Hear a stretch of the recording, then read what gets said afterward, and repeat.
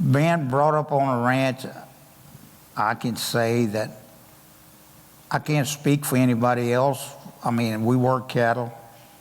My dad never put me on a horse that would buck or anything like that. He put me on a horse that he could go off and leave me all day, and that horse would take care of you, you know, until I finally learned how to, you know, get around. But anyway, we work cattle, feed cattle during the winter. And Sunday evening is the only time the Black Cowboys could go to a rodeo. But they didn't have anything to do Sunday, so everybody load up and they go to a black rodeo. If I'm talking too much, you stop me, because there's somebody that... No, we're listening, man. You tell me. But anyway, we'd go to the rodeos on Sundays, and I was a little boy. And so my mother, she could ride horses back then. And to jump back, my dad would train horses, and once he get them where they wasn't bucking, my mother would ride them for him. So she'd take the young horses that wasn't bucking and keep them rode, and my dad would get on the other horses. And so we go to rodeo, so my dad would win the calf roping, and he'd win the bronc riding, and his uncle, we call him Shorty, which everybody think he was my brother, but he was my first cousin. But we was all around together. He would tell me all the time, he'd say, Uncle Callie, that's my dad, Uncle Callie could ride better than anybody in the country. He said he'd spur a horse that other people couldn't spur. But back what Lon is talking about, that man is never heard of. Nobody ever know him. Now the older people, they know him. But he was a cowboy. But he was a cowboy on both sides of the fence. He was a cowboy in the arena, and he was a cowboy on the ranch. And that man we could round up 200 or 300 head of cattle, and he could ride through the herd, and he could tell us, hey, we got about 4 or 5 cows missing. And how would you know that? You know? But he was a cowman. Yeah. He knew his cattle, you know? And we'd ride pasture during the summer when school was out, and my brother and I, we just wasn't paying any attention, and we just ride. But my dad he'd always take 4 dogs. Those dogs would go out around the cattle. We never had to take a run after any cow. Them dogs was around the cattle up, and we'd go around, sit around, he'd ride through them and check them. If we had any calves that had worms or needed doctoring, he'd rope them. He wouldn't let us rope. We was too small. Yeah. I never got a rope in my hand until I was, I guess, 14, 15. Okay. As far as on a horse. On a horse. On a horse. I mean, we practiced roping around the house, but I mean on a horse. But and I never was good at roping. I never liked it. I've always wanted to ride something that could hurt you. So, well, I don't want you to start talking about rodeos yet, man. I want to kind of get a couple other things,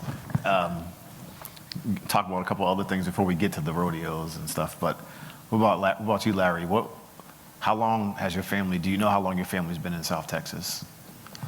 Oh, I've tracked my family all the way back to 1453. Wow. I'm a historian. That is not an easy thing to accomplish. Don't give me a clap for it. It's all because of God. I give him all the glory. But at first, I'm going to explain why I talk like I do. I used to be a country and western singer. George Strait's manager was my manager. Clint Black's band was my band. I lost my voice in 1990, and I had to quit singing. When I lost my voice, I lost my band, I lost my manager. But I'm a Christian first, and I'm a cowboy second.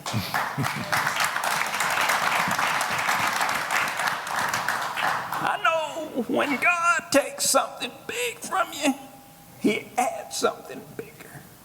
And he's added this museum that I have. I didn't ask to open this museum. God, I keep saying God, but I don't know if it was an angel or what. But a voice asked me to open up a Black Cowboy Museum. I questioned that voice. I called it God. I said, God, I can't even talk. Why would you want me to open up a Black Cowboy Museum? He told me to step out in faith. Well, I literally did it. And he did everything else. When I opened this museum, my picture, I have a picture that a girl drew in 2011. And it won the Houston Livestock Show and Rodeo. She took my picture when I said I was a Christian first and I'm a cowboy second. Her dad came up and said, hey, I need your card. I said, for what? He said, my daughter is going to draw a picture for the Houston Livestock Show and Rodeo, and she's going to win it.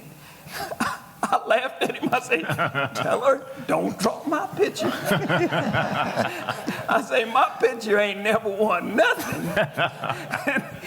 He said, no. I said, well, you don't understand. I said, a black person ain't never won, man. He said, well, she's going to draw your picture and she's going to win. He called me 3 months later. He said, Mr. Callies, my daughter won. Hold it. I said, tell her congratulations. I thought it was for a little kid or a junior high or, somebody in high school wanted it in high school. I got to talking to him. He said, I want you to come and dedicate the picture. I said, I don't have time to come to junior high or high school. He said, Mr. Callies, she won the whole thing. I said, what are you talking about? He said, your picture's on the front page of the Houston Chronicle. I couldn't quit talking to him quick enough to go and get that picture. That's the first time I've been on the front page of the Houston Chronicle. And I went up there and I got that picture. And when I got that picture, I started thinking about what they told me and what I told them. That, out of 300,000 people drawn in Texas, and it went first place, that was nothing but God. Yeah. So when I went to the Houston Astrodome, it was the Astrodome back then, or it was the Astro Hall.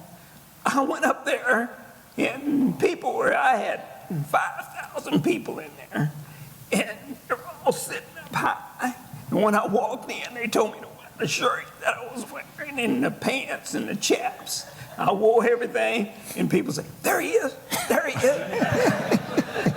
I walked in there and went, oh my Lord, how many people are here? And they had my picture on every seat. Wow. Like y'all have here, they had my picture on every seat. And I'm going, oh man, they're making a big deal out of this. So I was standing waiting to get up on the stage with the young lady. And her dad, I was standing next to him. And I said, hey, I know why she won. He said, why did she win? I said, because she's a good Christian girl. And he said, she's not Christian. She's a Buddha. She was from India. And when she got up on stage, the first thing she said, I want to thank God. And I looked at her dad, and he looked at me. And then she said, I want to thank Mr. Callies for being a good Christian person. That's why I drew him. And I went, all right. Yeah. Well, to make a long story short, everything in this museum has been because of God. Everything that people brought me, I have saddles, I have texts, chaps. I didn't bring you. You kept calling me. Come on. No, hey, he wanted to tell something on me. I'm gonna tell something on him. Here we go. Here we go. I called him in 1971. I say, hey, Tex, can I borrow your chaps? You going to Vietnam? He went to Vietnam in 71. He said, No, you gonna tear my chaps up. I said, Tex, I promise I'll be real careful with him. He said, okay. He brought me his chaps. He said, but I want them back when I get back from Vietnam. He came back from Vietnam. He said, in 75, he said, I want my chaps back. In 72, he said, I want my chaps back. I said, I got them. Come and get them. He came and got them. 30 or 40 years later, I called him and said, you still got them chaps?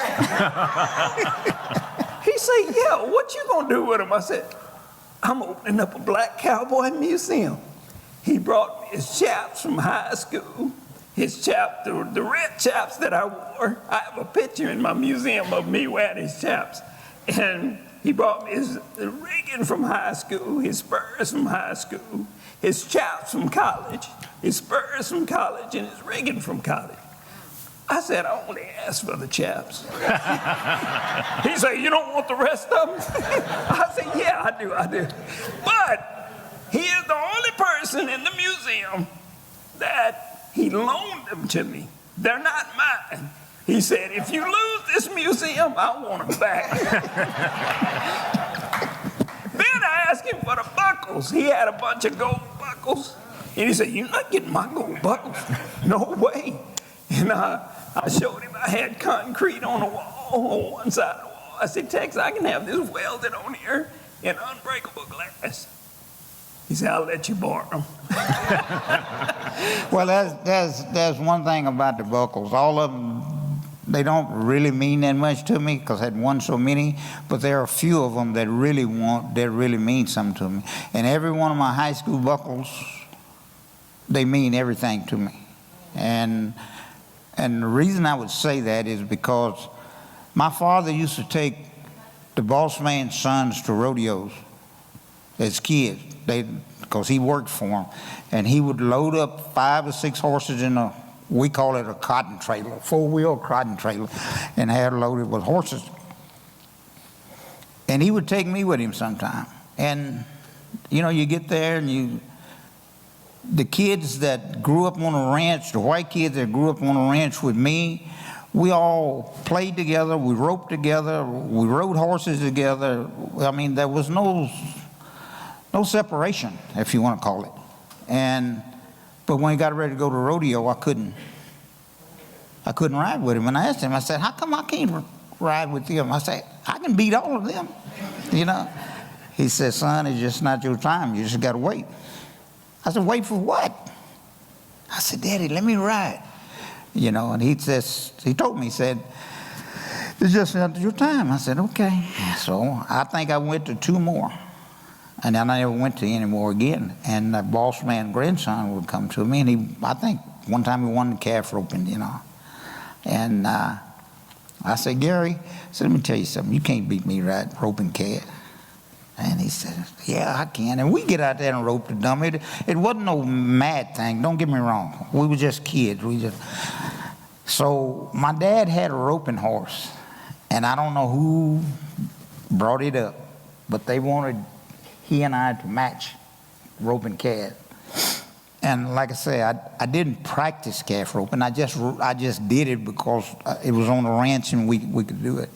Well, my dad let me ride his roping horse that he had never let me ride before. Had never let me get on it. Yeah. You know. And he said, well, you're going to ride, and I can't think of the horse's name now. But anyway, he said, you're gonna ride this mare. I said, no, I'll ride old Redbird. He said, no, I want you to ride this mare. Long story short, I beat him in the calf roping. Yeah. And to this day, that guy and I are still best friends. It didn't end a friendship, relationship, but what I'm saying is, in '66, when I entered my first high school rodeo, which was Sinton, Texas. Matter of fact, there's a picture with the buckle there. But anyway, I got into Burmack riding, and I got into bull riding. And when I pulled up there, it was just like me sitting in this seat in front of everybody here. Nobody made any different with me. So I got on my bucking horse, and I know I bucked off of him. And then the only horse I ever bucked off in high school was that horse. So I bucked off of him, and I was into bull riding, and I ended up winning the bull riding. And that picture's up there. It'll come up. That's not it there, but it'll come up in a minute.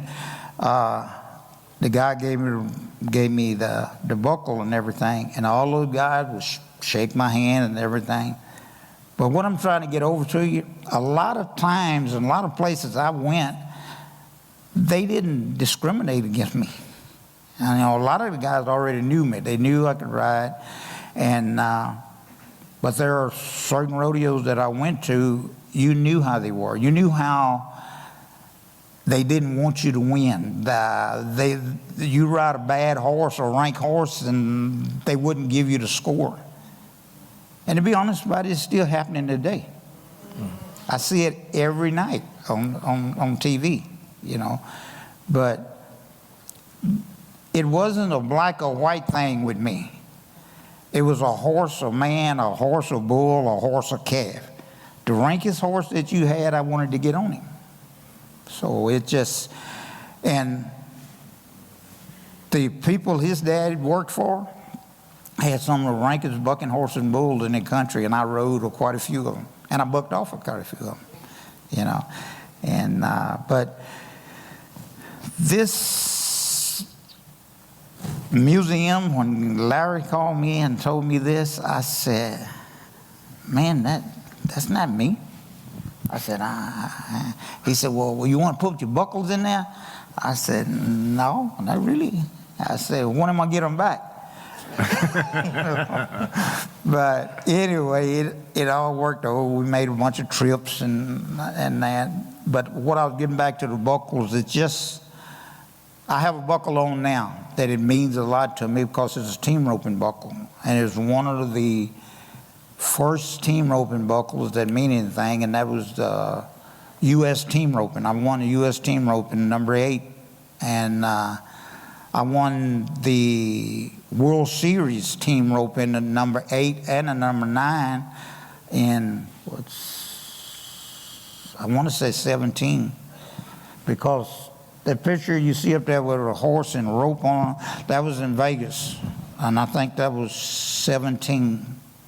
Can you explain to everybody what the number 8 and number 9, what that means? Okay, the number 9 is where they classify you. Now the pros, they're open, they're not numbered. The pros, professionals, they're not numbered. Now the guys that are under the pros, you got, say Larry is a 4. He's a 4-header, and that's why he ropes the head. Well, I'm a 5. Now y'all saw me miss over there, but that but what I'm trying to get you is where you are when you're roping. If you're a little bit better than this guy, they're not saying you're better. It's just that you catch more than the next guy. Well, the more you catch, the higher your numbers gonna come up, and that's why. So right now they dropped me to a 3. So that's good. I can rope in a 7 roping, I can rope in an 8 roping, I can rope in a 10 roping, but it's just, he and I can't rope together. And then he called me to Rosenberg one day, hey, come rope with me. So we went to, remember rodeo? Yeah. We went to rodeo. How long ago was this? What was that, 17? It was like 2018. 18, yeah. And because we entered in a team roping over there, yeah. And my partner missed, and I had the hard part, the healing part. He didn't turn him right. Well, see, it's always laid on the hitter, so the hitter has. He did good. That was me. The hitter has to go catch a running cow, slow him down so he can catch him. All he had to do is ride back there and just catch your feet. Yeah, that's what he said. Well, I was wondering, because as you were telling your stories, it's interesting how the personal relationships are person to person, but you don't get to escape the time period. that things are happening again. And so you kind of reminded me of, you know, what Black Cowboys have said, you know, throughout their history, is that a lot of times Black and white Cowboys worked together. There wasn't any segregation, but they were still products of the time period they lived in. And so one of the things that I was curious about is, like, because you both participated in rodeos. You both, like you said, you tried to go to white rodeos and they didn't let you in, but you worked white rodeos. And so what were those experiences like that when you were, because you were pretty young, but what did you notice? Well, what Tex didn't tell, you know, he was the first Black to get an all-white rodeo, and he won it. No, you know how hard that must have been. Guess who the second one was to get in it, to make the state finals? Can anybody guess? You said me. You're right. I had Tex chaps on. I didn't win it. Tex even found an old picture where I had his chaps on and I was falling off in Hallisville.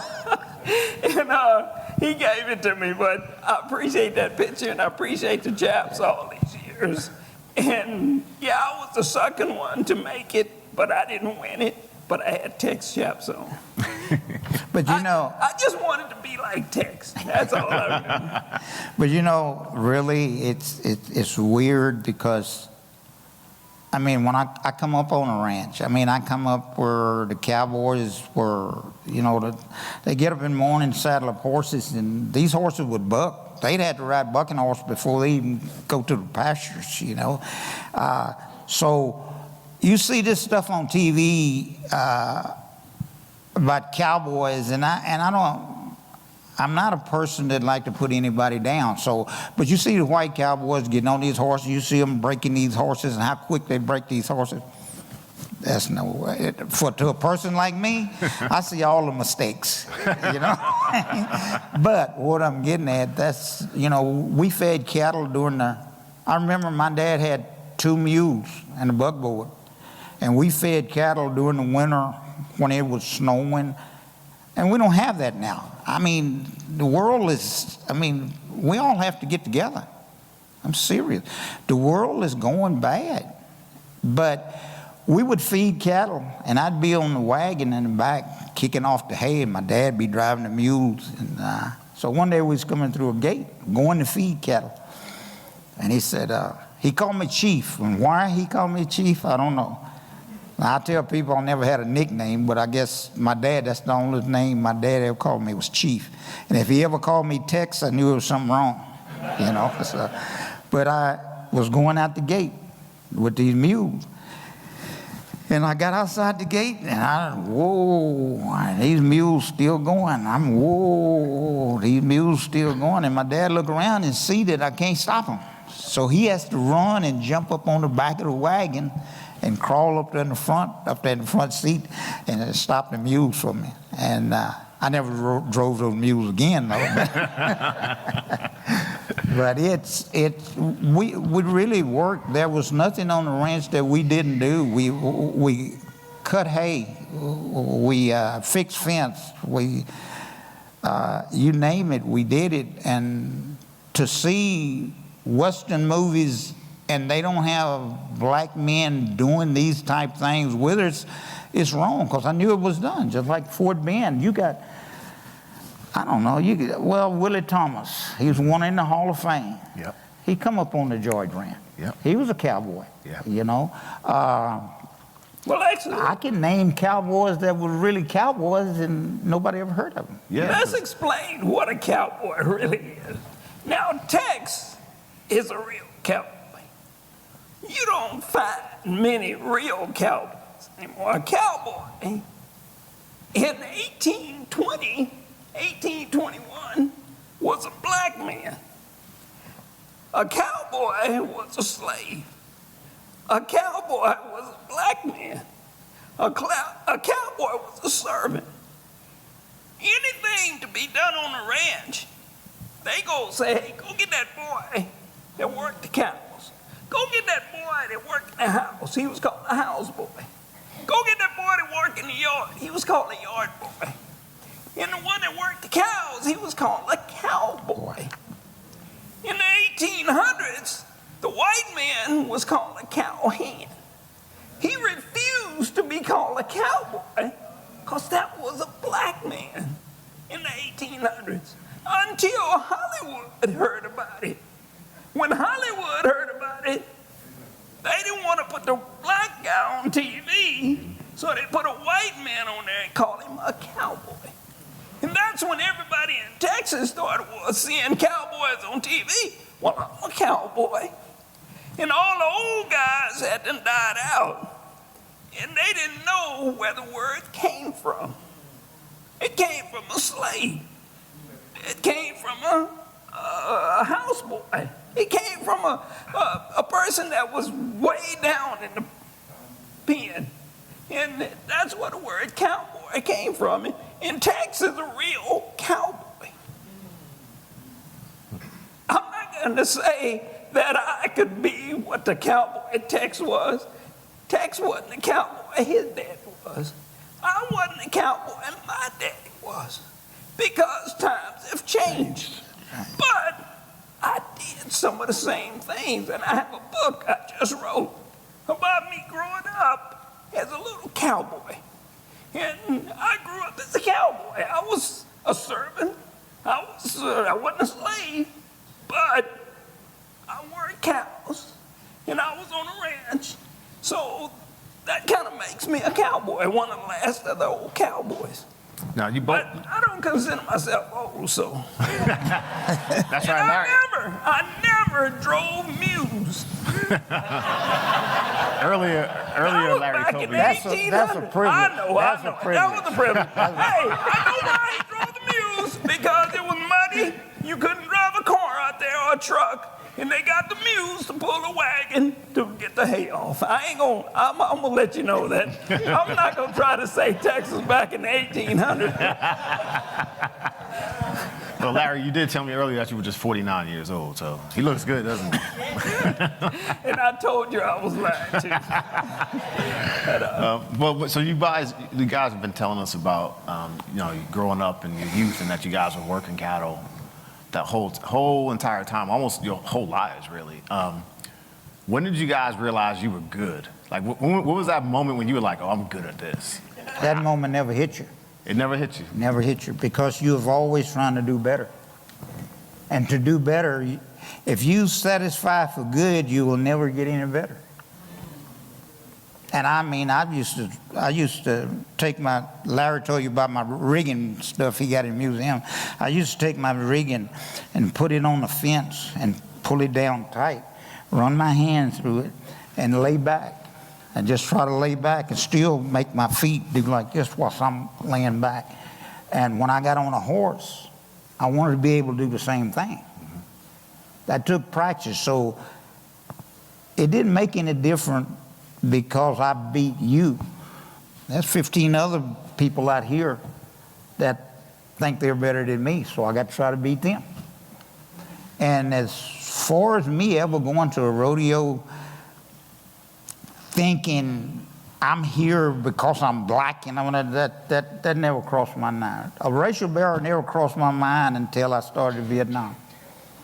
And I ran into, well, I say Vietnam, matter of fact, it was my high school in 68. I think it was 68. Either way, it was either 68 or 67. I went to Wharton Junior College. I entered the rodeo because I had already won Hallisville. Well, it was 67 because I'd won one event. I won Hallisville, which was a high school championship. And the guys in the bareback riding automatically go to Wharton. They automatically. But I wanted to enter the bull riding because I rode bulls. And so I sent in my application, entry blank. A day before the rodeo, my entry blank come back, and they told me that my entry blank wasn't filled out. I don't know how many entry blanks I filled out, but they wanted a picture. So the foreman on the ranch, he was a good friend to all of us, but you know, when you get older, you go to seeing things that wasn't black and white. So I told him, I said, would you mind taking this up there and enter? Because he was on the board of directors. And I said, they said they wanted a picture. I said, here's my picture, and take it up. And he told me, he called me Tex. He said, Tex, I'll tell you what, they don't want you up there. I said, well, why not? I said, man, I'm already going to the high school final. I said, and I won the Burbank riding, so just let me get in. He wouldn't do it. So I went to the rodeo that night, and the guy he was the world's champion all around cowboy and all around Campfire. His name is Phil Lyons. So anybody that don't know him and want to look it up, his name is Phil Lyons. He and Phil Lyons and I are good friends. And so I was on the bucking chute pulling Phil Lyons' bull rope. And one of the guys from Wharton walked up to me, and I was on the inside. I wasn't on the back side. I was on the inside pulling his bull rope. He walked up to me and told me, get my so-and-so on the back. You're not supposed to be in this arena. And I turned around and looked at him. I said, well, I'm going to the national finals, and you can't stop me. And I crawled across the chute and got on the back and got my pickup and left. That's one incident. And I was on my way to Vietnam. And I called my mother to send my rigging bag and everything to me, and I was going to a rodeo. And I got my rigging bag. Me and these guys, we left and went to the rodeo, and we entered the rodeo, and we was sitting out there in the car in our fatigues. You know, we wasn't dressed for rodeoing. We just sitting out there until he got ready. Well, the rodeo got started, and they gave me horse 6. And horse 6 to them was the 6th horse that went in the chutes. Back home, our horses had numbers. So if they said you had horse 6, you go look to try to find what horse you had. But I asked the guy, and then I asked him, I said, where's horse 6? Because I done looked at every horse in the pen, and I couldn't find no horse 6, you know. He said, they shoot run them. I said, oh, okay. He said, your horse is the, no, he didn't say my horse. He said, horse 6 is the next horse coming in the box, because they had 5 chutes. I said, okay. Well, my horse come in the box, I started putting my rigging on him. And he walks up to me. He said, what are you fixing to do? I said, I'm fixing to ride this horse, I guess. And I thought he was joking. I said, I'm for try to ride this horse. He said, no, not here. I said, what do you mean? He said, blacks don't ride here. I said, well, you took my money. And he said, no, we didn't take. I said, yeah, you did. I said, you entered Ray Paul, Johnny Barrett, and Tex William. And I said, I'm Tex William. I said, so he said, well, you can't ride here. We've had trouble with blacks before, and we don't want no more trouble. I said, mister, I said, you never would have heard a word out of me. All you had to do is let me get on that horse, either buck me off or miss me out, whatever. It didn't make any difference, and we could all have gone. I said, but now I'm on my way to Vietnam, calling myself Fight for You, and I can't even ride a horse. I said, it don't make too much sense to me. So anyway, I just pulled my rigging off of him and throwed him on the back. And I'm not a protester, so don't even think about anything. Didn't even think about it. But I thought about what was in it. And that's the national anthem. It said, the home of the free and the land of the brave. Well, I just got turned down from riding a bucking horse. Do you think I'm going to stand up and pull my hat off? For what? I sit there. So this old guy, he come down, I had to stand after the national anthem. He said, hey, boy. I never looked up. He said, I'm talking to you. So I raised my hand. I said, yeah. He said, you didn't pull your hat off and stand for the national anthem. I said, no. I said, I sure didn't. I said, but if you can tell them people over there, let me ride a bucking horse. I said, I might stand up. I said, it says the home of the free and land of the brave. I said, and I'm on my way to Vietnam. I said, I might get killed over there and never make it back to the house. I may not never get on another bucking horse. He turned around and went on back up to the stand. But I didn't protest the national anthem. I didn't protest anything. I was mad because all I want to do was ride a horse. Yeah. That was it. But that was the way that I retaliated, was just sitting there, you know. But that place and the one in Warden, I can say that was the only time that I've ever been approached to where it was a racial thing. And in high school, riding a bucking horse and stuff, I can't say they cheated me. If I didn't win first or second, I bucked off. So I can't. Now, when I went to the finals in '67, I had a guy to walk up to me and tell me, he said, Tex, you won the all-around. He said, but they're not going to give it to you. Wow. So I was all-around runner-up in '67, and I was all-around runner-up in '68. And it was a privilege to me to ride, to even be there, you know. And I was telling Ron earlier that there was a lady on Facebook. I don't have Facebook. Too many people know too much about your life on Facebook. But my wife had it, and somebody told me about it, and I asked her to pull it up. And this lady said that she remembered Tex Williams. She don't know what year it was, but it was in Elko, Nevada, and he rode bucking horses over there. Now, that was one of the highlights of my whole career. Somebody that far back remembered me, that, you know, that far back. Yeah, You know? yeah. So, but it's, you know, just like Larry, you know, he did something that I could never do. But he put me out there even more by doing what he did, and I appreciate that, you know.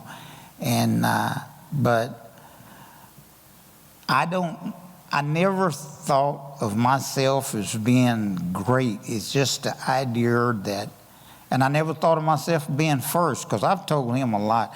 I said, anybody could have been first. Well, the first person out there did it. He's first, so why is that so important? And he said, Tex, you done something that no other black had done. And I said, well, that's good. I said, well, look at Murtis. Look at Calvin Grayley, Willie Thomas. Now, y'all don't know these guys, but these guys, they are in the Hall of Fame, the Cowboy Hall of Fame. But do you know they waited until most of these guys died before they put them in there? They didn't even recognize them. Murtis went to one rodeo and was trying to get in the bull ride, and they wouldn't even let him in the gate because he was black.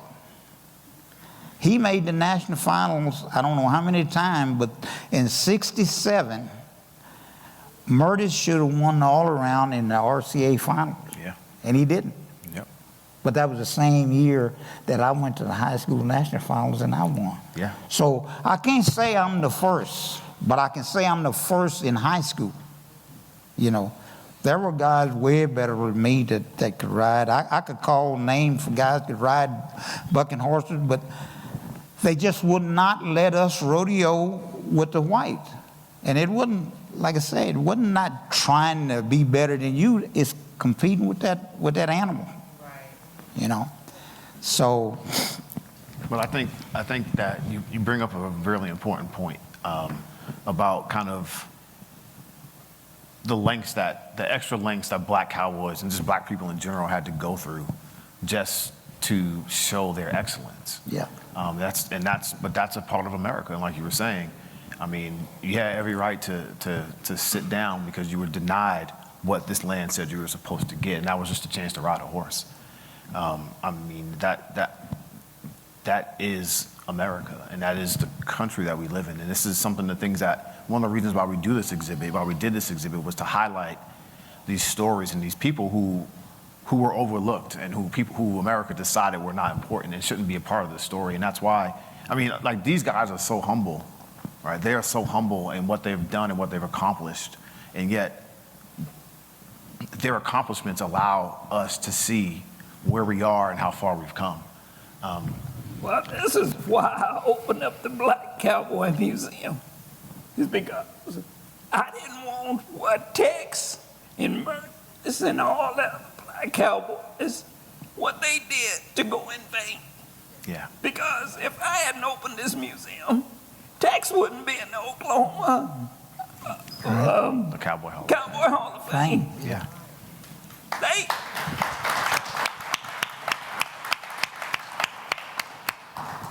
They saw me in the New York Times.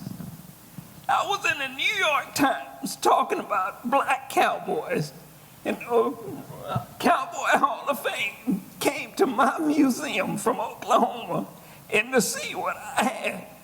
And they said, man, I didn't know there was this many black cowboys. They've had that Hall of Fame for 20, 30 years. They got black cowboys in Oklahoma. Yeah. I mean, like, they got That's black true. cowboys in Oklahoma. Yeah. They just wouldn't let them ride. So I said, why not? Well, I didn't say it. A little angel said, you open up a Black Cowboy Museum. And that's what I did. That's why Texas in it. And I knew all the black cowboys in Texas that I thought that I knew. And because I worked for Sloan Williams, the biggest stock producer in the state of Texas. And I got to know them. I got to know all the white cowboys. I got to know all the black cowboys. And I said, hey, they didn't get to be in a museum. I was in some museums and I said, where are the black cowboys? Mm-hmm. They didn't have a section for them. So I opened up the Black Cowboy Museum. And I just had my Hall of Fame a couple of weeks ago on the 14th of last month.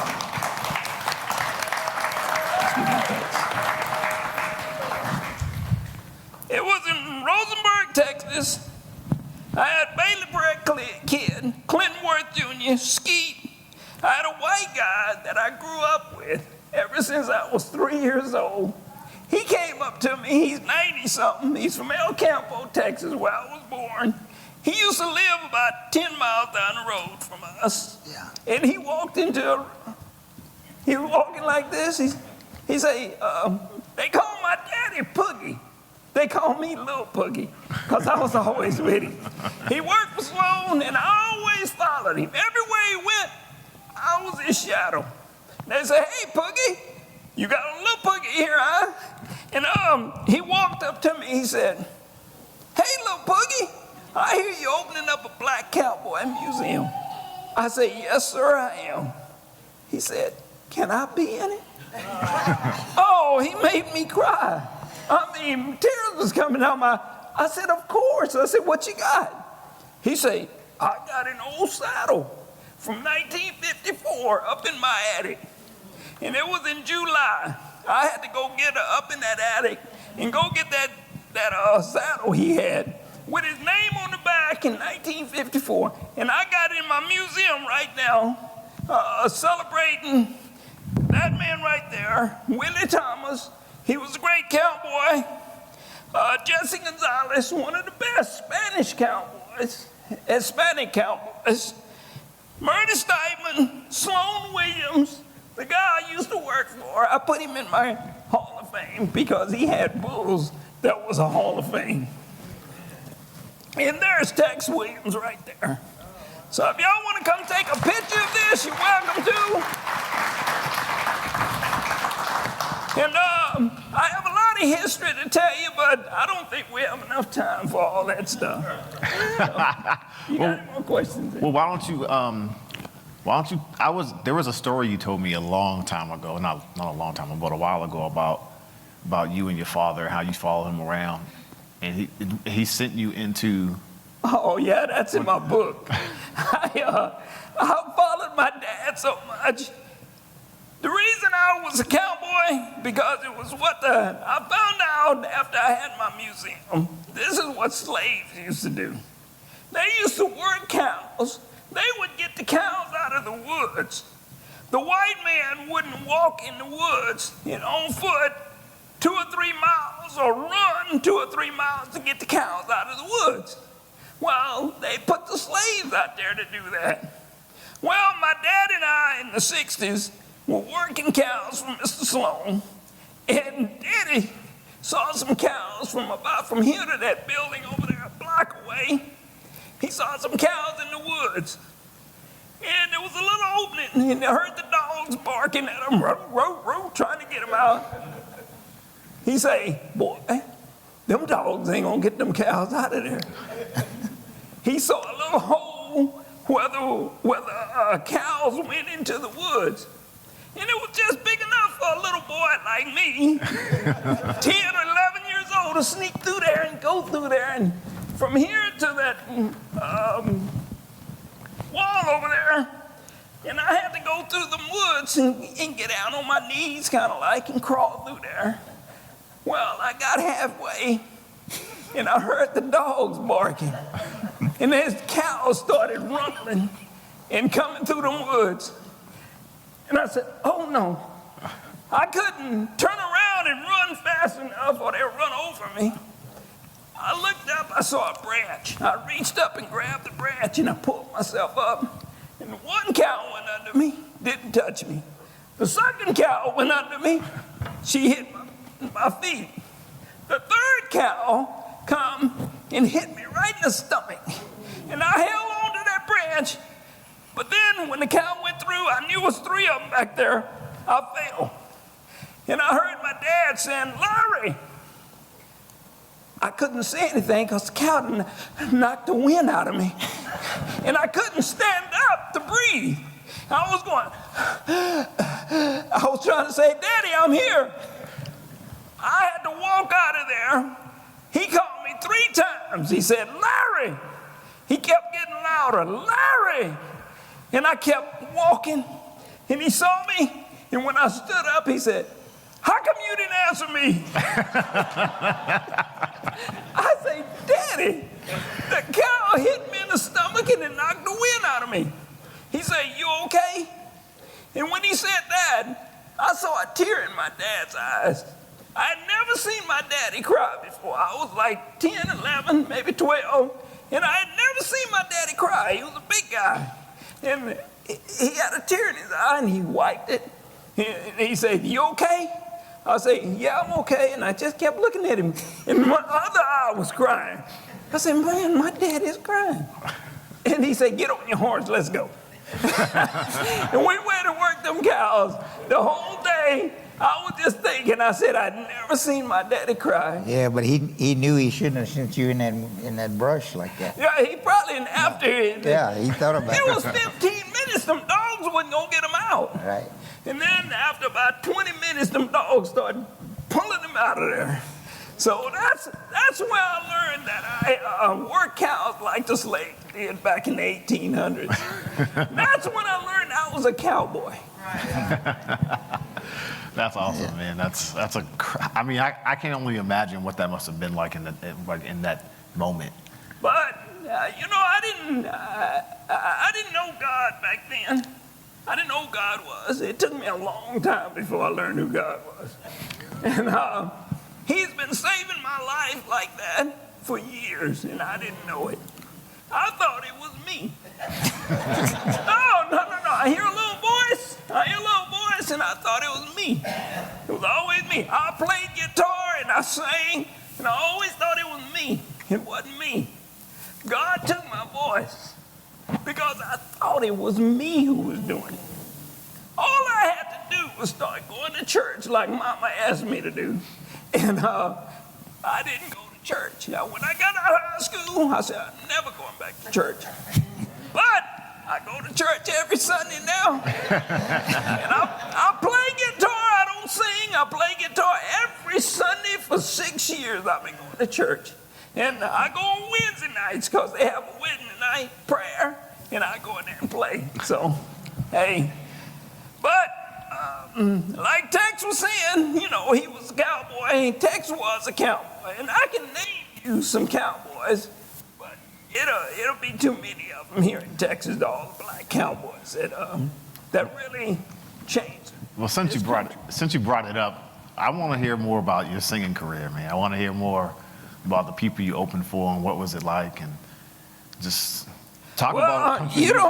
You don't want to know the first beginnings of it because I didn't even put that in the book.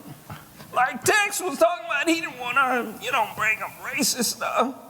Well, I went to see Charlie Pride in '68. They wouldn't even let me in. To see Charlie Pride. To They see a black almost- man. They almost killed me. When I got there, I walked up to the front door, and it was 3 ladies, white ladies, all white in '68 in East Bernard, Texas. I was going there to hear Charlie Pride. I had seen him in Johnson City. Does everybody know who Charlie Pride is? Okay. Oh, everybody knows him. Well, I just want to make sure. Not everybody might not know. Hey, I had some people come from France to do a story on me, and I have a picture of George Strait's manager, and me and George Strait's manager. I say, this is George Strait, this is George Strait's manager, and he was my manager. They said, who is George Strait? I said, what? I said, what? How do y'all know me? They say, Larry, you in the New York Times twice, and we heard about Black Cowboys. We want to come and do a story on them. I'm going, oh man, you know me, but you don't know George Strait. That kind of put a bit feather in my hat. I was going to see Charlie Pride, and I didn't put this in my book. I wish I would have. But a friend of mine that helped me write it, he said, Larry, don't put anything that's racist in there. People ain't gonna buy the book. I said, man, we need to tell this story. Yeah. But this was before Black Lives Matter. So I went along with him. I said, okay, I won't put it in here. But this is the story, me and Charlie Pride. I went up there. These 3 white ladies told me, they said, what are you doing here? I said, I come to see Charlie Pride. They said, we don't want no racial problems here. I said, I'm not going to start no racial problem. They said, if you go in there, you will have racial problems. And I looked at these 2 big old guys, they were about that tall. They were looking at me. And they didn't want me in there. So I said, okay. I won't start no racial problems. I walked down. I started walking down the steps. There were wooden steps. I can hear somebody walking behind me. It was gravel. They didn't have concrete back then in '68. I'm walking, and I can hear those 2 guys walking behind me. I'm getting on out there, and I said, whoa, these guys are gonna grab me, because they kept getting closer. I started running, and something said, be like the rabbit. And I knew there was a voice in my head say, be like the rabbit. I knew exactly what God was talking about.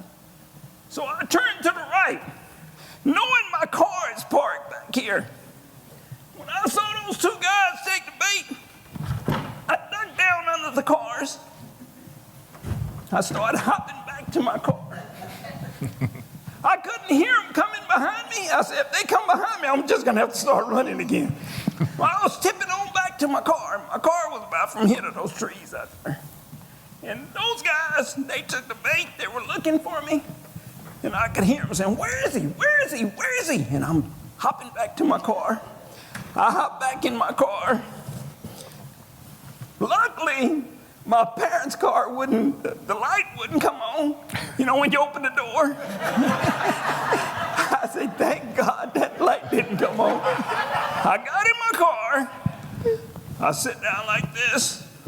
I let my window down, and I could hear Charlie Pride, because back then, in '68, they didn't have air conditions. And those honky-tonks, they had the windows up. And I could hear him just as plain. I heard every song he played. For an hour, I sit out there, and I saw those guys. They walked back in. I could see them. I said, they couldn't find me. I was tough. That wasn't me. That wasn't me. After years and years, I found out that wasn't me. That was God talking to me. 1967, in East Bernard, Texas, they hung a little black kid for dating a white girl. And that's when God let me know, say, hey, he saved me.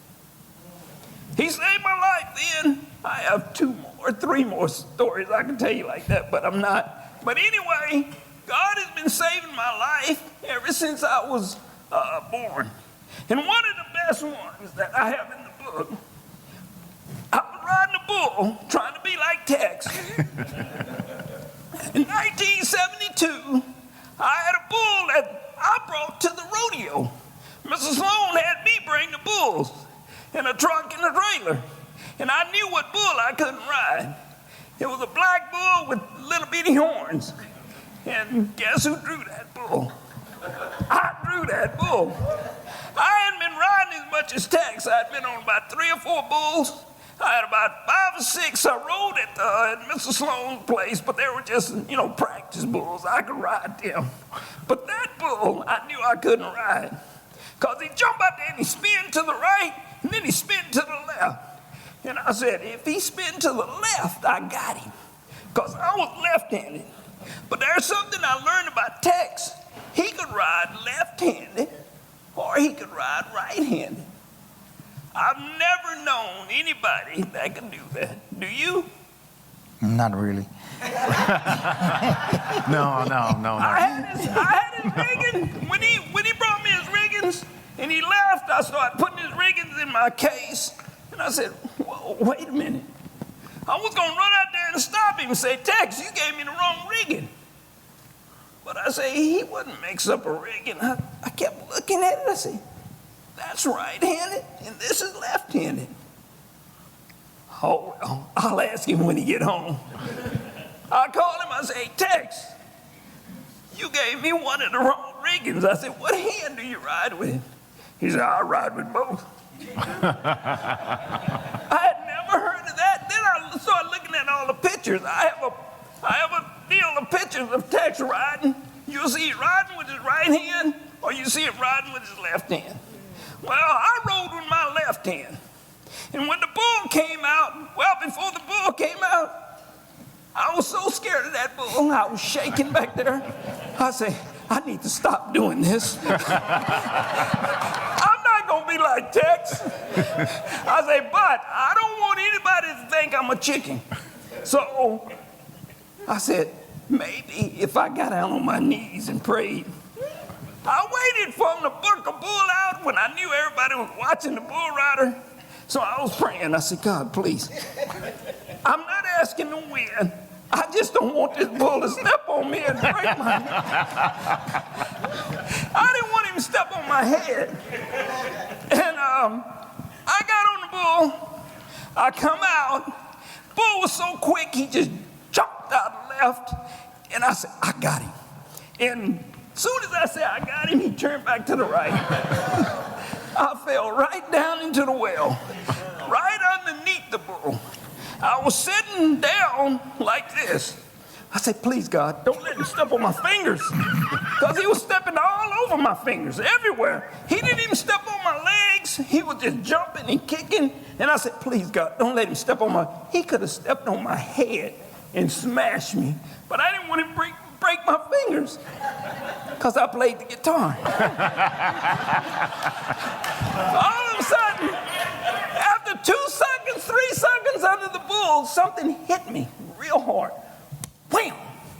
Knocked me, I saw stars. I fell to the ground. I had a buddy that was out there. He was supposed to help get the bull off me. He didn't get the bull off me. When I opened my eyes and I was on the ground, I saw the bull going in the let-out chute. So I must have been out for 2 or 3 seconds. And I jumped up. I said, Willie, what hit me in the face? He said, I don't know. The bull was jumping all over you. I don't know what it was. I said, no, something hit me in the face like a pillow. Hit me real hard. So he didn't know what it was. So I went to look at the bull after he was walking out. Now, excuse me, folks. I hope there ain't no kids in here. The bull was walking like this, and he had some long testicles. And I said, that's what hit me in the face. Now, that's in the book. second book. But I've never heard a story like that before. No. But as I got older, I didn't believe in God when I was 17, 18 years old. I always thought it was me. But it was always been God, and he had a sense of humor that day. I mean, I don't know what to say after that story. Well, I can say a couple of things. I told Tex this, last year when he came to the museum? I told Tex that story, so he said, man, I ain't never heard nothing like that before. I've been all around him, and that never happened. Oh, man. So I don't even know where to go, man, with that. That is both hilarious and miraculous. I mean, because you still haven't told us about singing country music. Oh, singing country music? I mean, you're doing it all around it, everywhere else. I started singing country music as an accident. I was so scared to sing and play in front of people. Like, I don't even get nervous in front of people anymore. Oh, I know that. It ain't what you think. I had a religious experience. I was in a gong show. Remember when the gong show? Yeah. That was my first time being in the gong show. Well, it took me so long to get in the gong show. It took me 2 years. I had one song. It's called Colorado Kool-Aid, and I had it down pat. But I had nerves like this. To get on the stage, I would walk across the stage. You can hear me. Well, I got in this contest, and every time I went to get on that stage, I trembled so much, I couldn't do it. I walked out. I walked out 6 times. And the 7th time, I asked this girl to stay with me and make me do it. Well, she stayed with me, and she made me do it, but I was so scared. And when I dropped my pick, y'all know how thin those picks are, I went to get my pick, and I put my guitar on the floor, and you can hear it going. The guy said he's a little bit nervous. Y'all give him a little chance. Well, I picked up the pick, or he picked up the pick, and he handed it to me. And I'd never been in a spotlight before. And that's what y'all got these spotlights here? Well, this spotlight, when it hit you, you felt something. Because I'd asked God to help me get over my nervousness. Well, I saw a black football player. He said, sun shined on his eyes. And it shined on him one day, and he was nervous to play in the pros. So I said, man, I wish that had happened to me. Well, it did.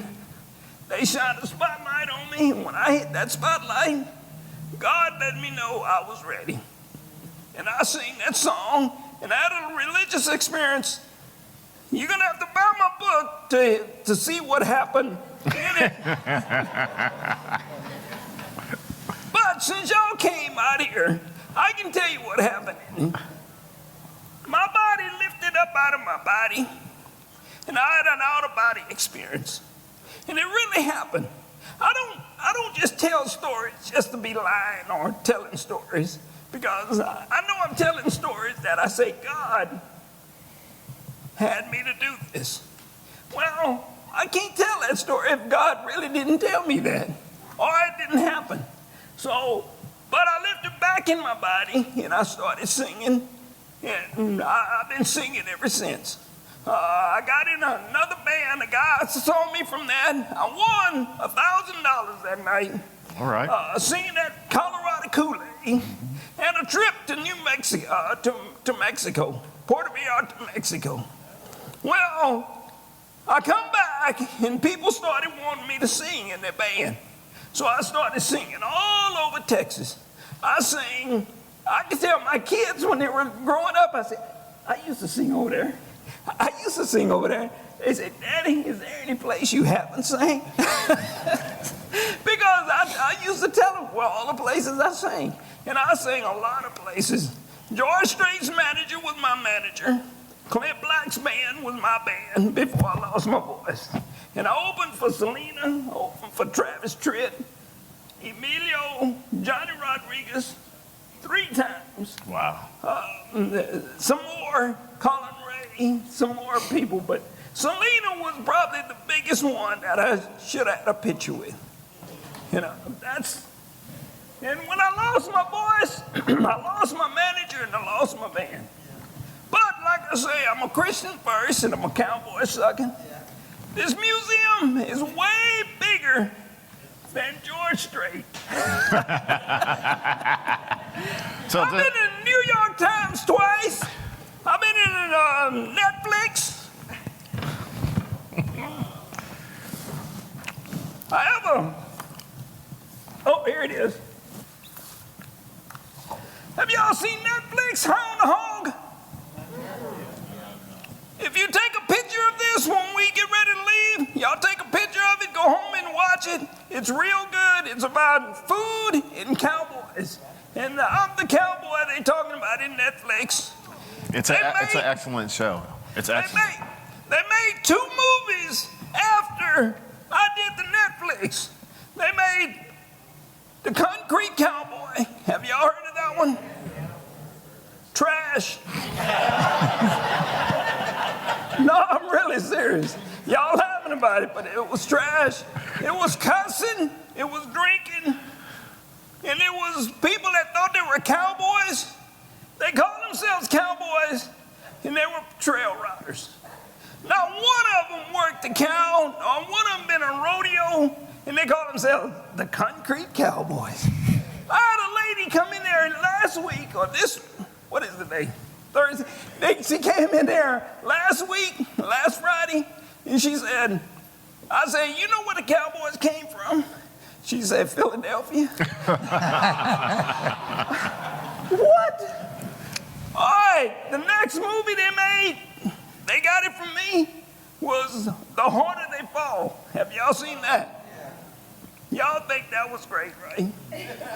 No. It was nothing but lies. Everybody, see, Netflix got all this material from me. They got Bass Reeves. They came to my museum and they heard what I was talking about. Bass Reeves was my hero. He was a good long man. Deputy U.S. Marshal. He was the first U.S. Marshal. And he was the best still today. And if I had time, I'd tell you about him. Bass Reeves, Nat Love, and Bill Pickett, they put him in that movie, The Harder They Fall. They made them outlaws. They couldn't even tell the truth. I mean, they couldn't tell the truth that the Cowboys were black in the 1950s when they first had TV. Now they're going to put blacks on TV and even tell worse of the truth. They're going to make them outlaws and killers. And these were heroes. Bass Reeves was the first Lone Ranger. Anybody know that? I would tell you where they got that story about the Bass Reeves too. In 2017, I was in the, what's that magazine called? Texas Monthly. I was in Texas Monthly. I had my grandpa's boots. I got the boots at the museum. They're old boots from 1950s and 40s. Well, they did a story on me, and guess what they did? Now they had the Texas Monthly last year had Bass Reeves on the front and telling my story that people didn't know about Bass Reeves and they didn't know about cowboys until my museum came about. But I'm not bragging, but it's all God. It's all God. I give him all the glory. I don't take any bit of it, except he used me to do this. So, y'all want to hear the story of the real Lone Ranger? The real Lone Ranger was born a slave in 1838. He hit his master when he turned 15. He knocked him out. His master was cheating him at cards. He was cheating him on his, he was going to let him free if he could beat him at cards. Well, Bass Reeves beat him. And he knocked him out, and he knew that was sudden death. He took the master's horse and he rode to Oklahoma. He got in with the Indians. When he got in with the Indians, they taught him how to fight. They taught him how to shoot. They taught him how to track. They taught him all Oklahoma. They taught him all of Texas. As long as he was riding with the Indians, he was free. In 1865, when the slaves were free, he went to Oklahoma to be a U.S. Marshal. He went to Judge Parker, the hanging judge. He went to Judge Parker and said, hey, I want to be a U.S. Marshal. Judge Parker said, you got to know how to read and write, because he knew slaves didn't know how to read and write. Well, Bass Reeves told the truth. He said, I can't do either one. He said, but I got a good memory. Judge Parker said, okay, go get these 5 people. He named each one of them, told them what they looked like, where they were the last time he heard about them, and everything. He didn't write anything down. He said, you got two months to get them. He said, you can bring them back dead or alive. He brought them all back alive. He didn't like to kill people. No, he really didn't. He didn't like to kill people. He brought all 5 of them back alive in 3 weeks. They made him a U.S. Marshal. He captured 3,000 convicts in his lifetime. And when he did that, they started singing about him. They started writing stories about him. After he passed away, a guy got on the radio. In 1933, they didn't have TV. He said, I'm going to tell you the story of the Lone Ranger. The Lone Ranger rides again. And he'd do this. And everybody thought it was a horse on the radio. So they would sit there every Saturday night at 7 o'clock to 7:30 and listen to the story of the Lone Ranger. They would sit there and listen, and he would be talking about him. Somebody called in and said, hey, who was the Lone Ranger? The man didn't know any better. He said, oh, he was a black man. Oh, Lord. When he said he was a black man, he had 1,000 phone calls saying they wasn't going to listen to his radio station anymore. The man said, why? He said, because you said the Lone Ranger was a black man. He said, no. I didn't say he was a black man. I say he wore a black mask. So in 1950, when they had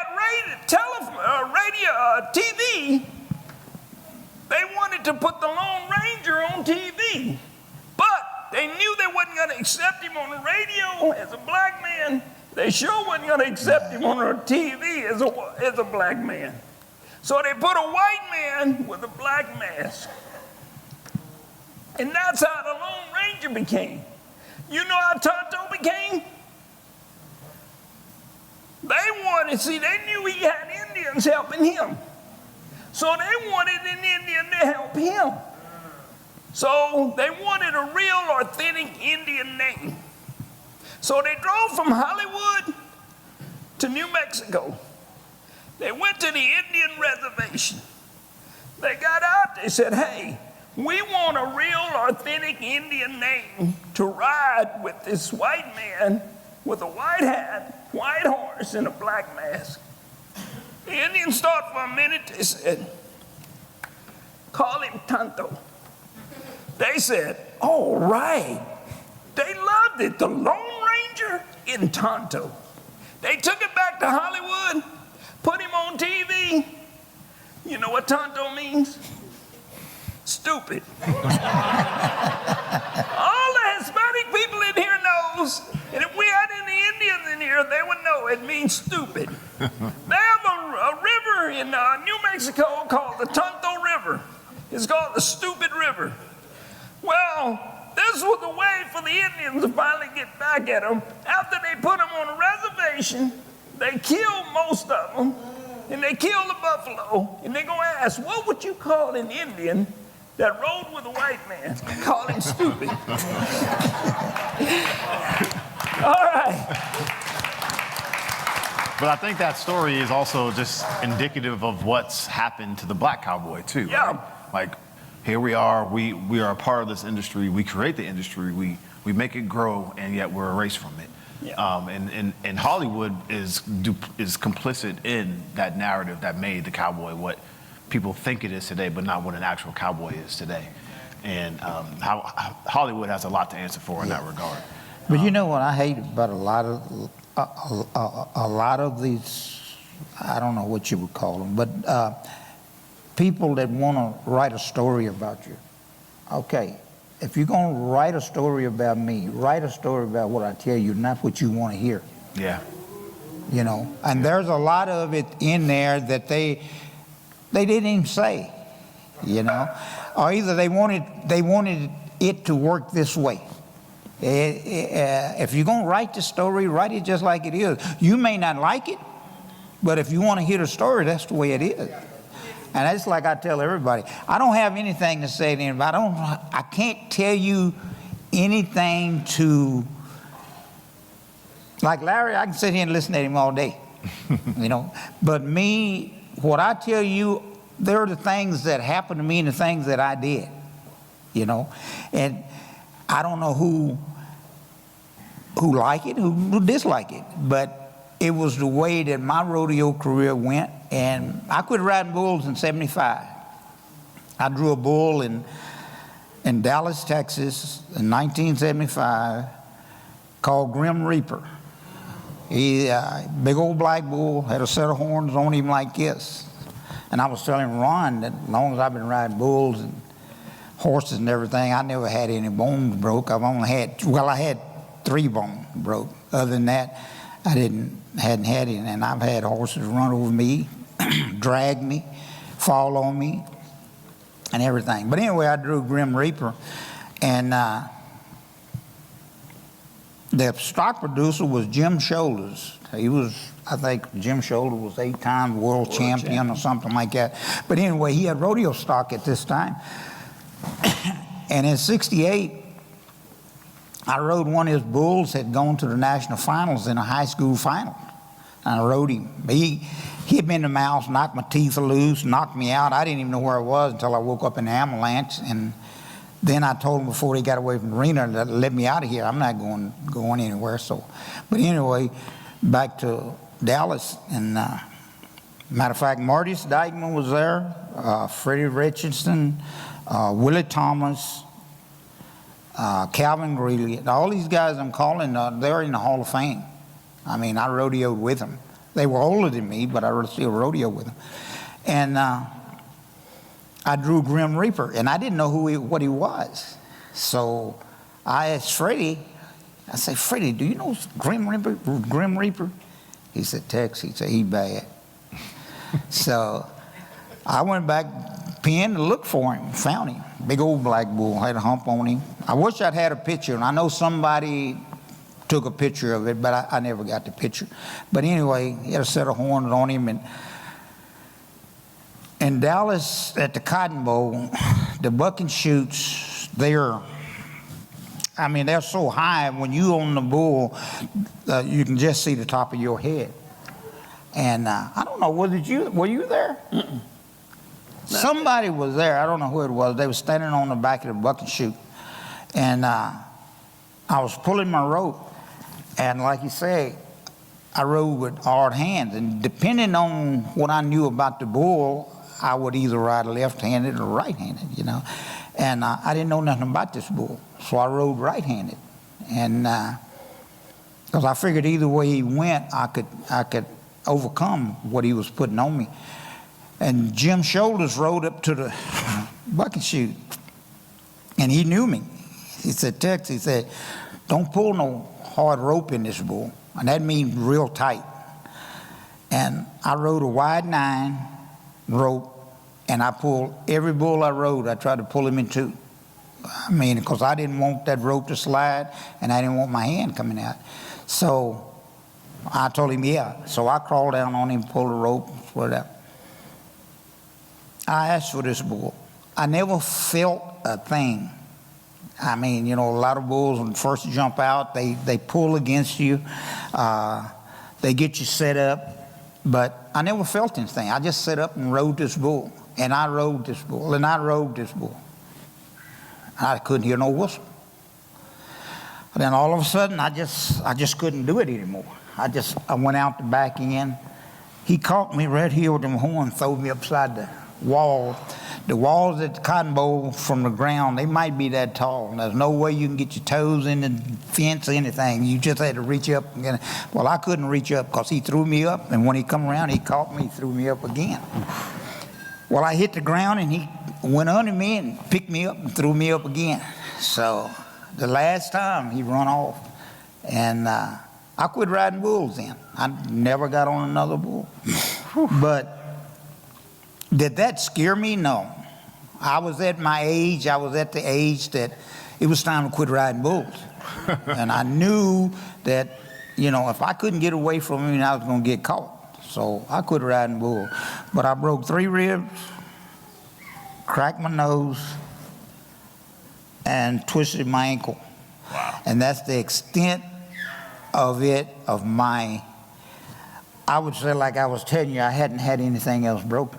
Yeah. You know, and I mean, I've had bulls that buck me off, run over me, step on me, and that was before they come out with the vest. Mm-hmm. You know, and still, we didn't know what vests were back then. And a helmet, man, and a helmet. I mean, and I would tell you today, I know it's a safety. If I was 25 years old, I would not wear a helmet. That's one thing, and a lot of the bull riders tell you they try to overcome it, but that hat, that helmet is heavy. If your head get tilted and you're in the wrong position, that bull is gonna buck you down. It throws off your gravity. Yeah, it just throws your balance off. But not a vest I would wear, you know. But I mean, because I've gotten stepped on, you know. I just got lucky, Yeah. you know. And like Larry said, it was just God taking care of me. You're blessed. You know, and but I have never gone to a rodeo and crawled on a bull. Like Larry was saying, he had to get on his knees and pray, and he was shaking. I figured when I got to that point, it's time to quit, you know, but I never got to that. Now, I've gotten on some bucking horses. I had, Sloan Williams had a bull they called V61. Bad bull. Bad, I mean, bucking bull. And I knew I couldn't ride this bull. I knew there was no way for me to ride him, you know. And it wasn't that I was scared of him. I just knew I couldn't ride him. So a buddy of mine, Calvin Greeley, he's the first guy that my dad would let me leave and go up north and rodeo with. And I guess I was 15, 16 years old then. Well, I drew this horse, this bull, and he was there, and he said, "What are you going to do?" I said, "Catch me in my belt." I said, "I'm just going to run my hand in the rope." And I said, when they throw that gate open, I said, "Pull me off this bull." I said, because I don't want to make the first step on it. And that's what happened. So I've been on V61, but I never rode him. I saw too many of my friends get hurt on him. Oh, wow. And it wasn't that he was, does anyone in here know Bodacious? No one knew Bodacious. Okay, you know Bodacious. Well, Bodacious was bad, but he didn't fight. He'd hit you with his head. And what he would do, he'd come out to shoot, he'd come make one jump, and he'd make a skip on his front end. Well, when he did that and you was here, you were coming there. So when you got there, he was coming up, and his head would hit you in the face like that. Ouch. And V61 was sort of the same way. But this was before Bodacious, V61 was. And like I told Calvin, I said, "Man, there's a lot of other bulls for me to crawl on to me getting hurt on this bull." You know. But that's the only bull in my life that I turned out. The other ones, they never got to rank. I figured I could ride them. And, but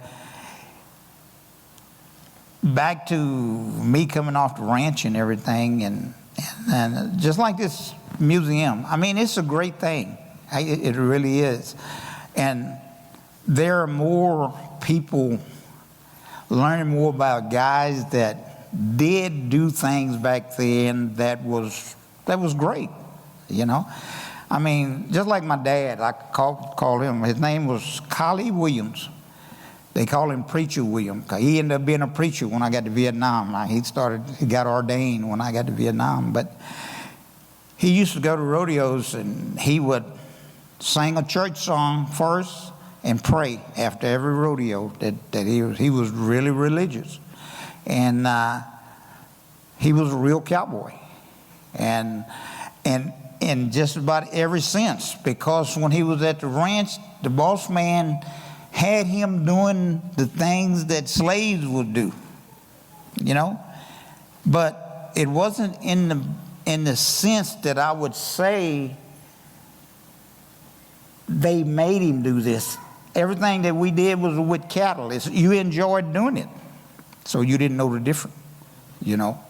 And today, the way you see me now is the way you're going to see me 24/7. I wear a hat every day.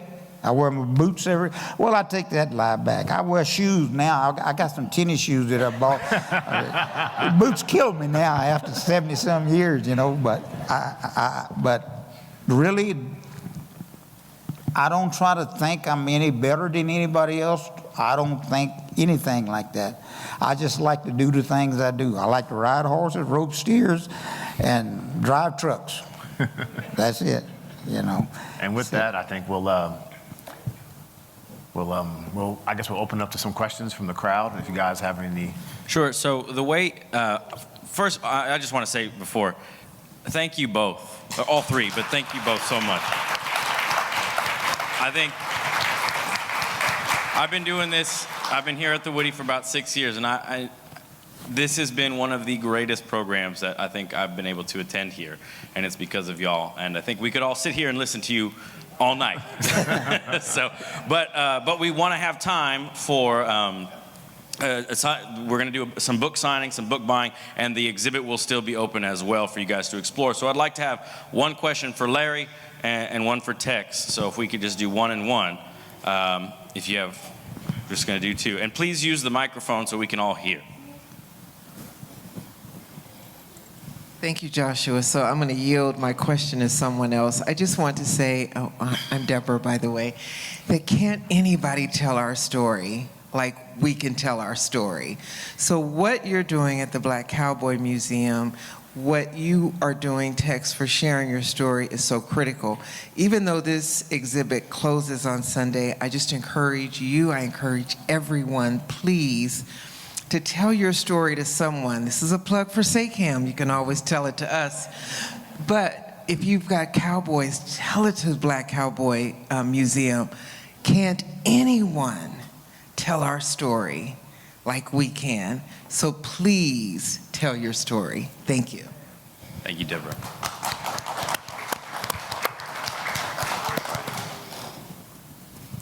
I just want to say, what was the best part of your life of being a cowboy? What's the best part of it? You talking to me or Larry? Both. Yeah. Okay, well, freedom. I mean, I can get a horse. I can pretty much make him do anything I want him to do. And I said make. It's not to make. I used to break horses years back, and it was brutality, and I'm sorry. But that's all I knew. That's the way we broke horses, you know. But nowadays, before I put my foot in a horse, in a stirrup to crawl up on this horse, you can do anything you want to do to him. I know how to do it. It's easy. I get him to the point he want to do it, you know. And that's the most important thing to me. I mean, I got a horse at the house right now that I got him when he was 4, and I can ride this horse with no bridle and no saddle, just ride him around the pen and make him stop, turn, do anything you want to do. I have never hit this horse. Never hit him. And I don't think you have to do it, you know. So to answer your question, it's just riding my horses. How about? All right, one more. Hi, I just want to say thank you for telling your story. I was born and raised in Gonzales, Texas, so I am a cowgirl. But just to see you guys up there, and then the funny part about it was actually seeing the museum was in Rosenberg about 2 weeks ago on Facebook, and I was like, oh my God, I got to go there. And then I seen it was in San Antonio, and I'm from San Marcos. I was, oh my, I can go see him now. But the realization is that I've heard these stories, some of them from my dad. My brother is a cowboy. I mean, we trail ride. So we've been there, done that. But I just want to say thank you and keep doing what you're doing. Thank you. This is for Larry. Sorry, I don't want to miss this opportunity, but there's something here in the presence that kind of will put it into perspective of really what the Black Cowboys had to go through. I think one thing that we didn't talk about is that the Black Cowboys had to work extra hard. For example, if they wanted a rodeo, they'll let them rodeo, but they wouldn't stop the clock. Right. So if you had to ride a bull for 8 seconds, the Black Cowboys had to ride it for 18 seconds. And there is an example right here on this, on our 1-year anniversary of the Black Cowboy Museum. By the way, I'm a friend of Larry's. I helped him get the Cowboy Museum off the ground. But on the 1-year anniversary, there was a small picture of Tex Williams riding a bull, and Larry blew it up big. Right after this picture, look at this. Tex Williams came in the 1-year anniversary and looked at this picture. It was so big, he said, I see why I didn't win this rodeo. See the guy on the left not looking? Yeah, if you could look again.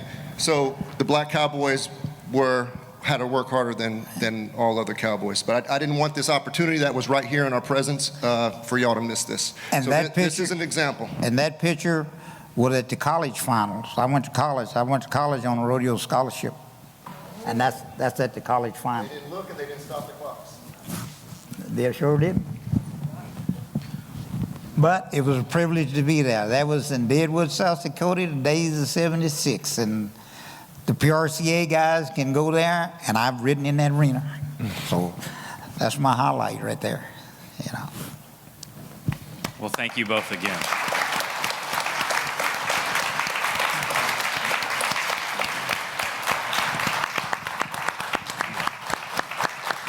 Thank you.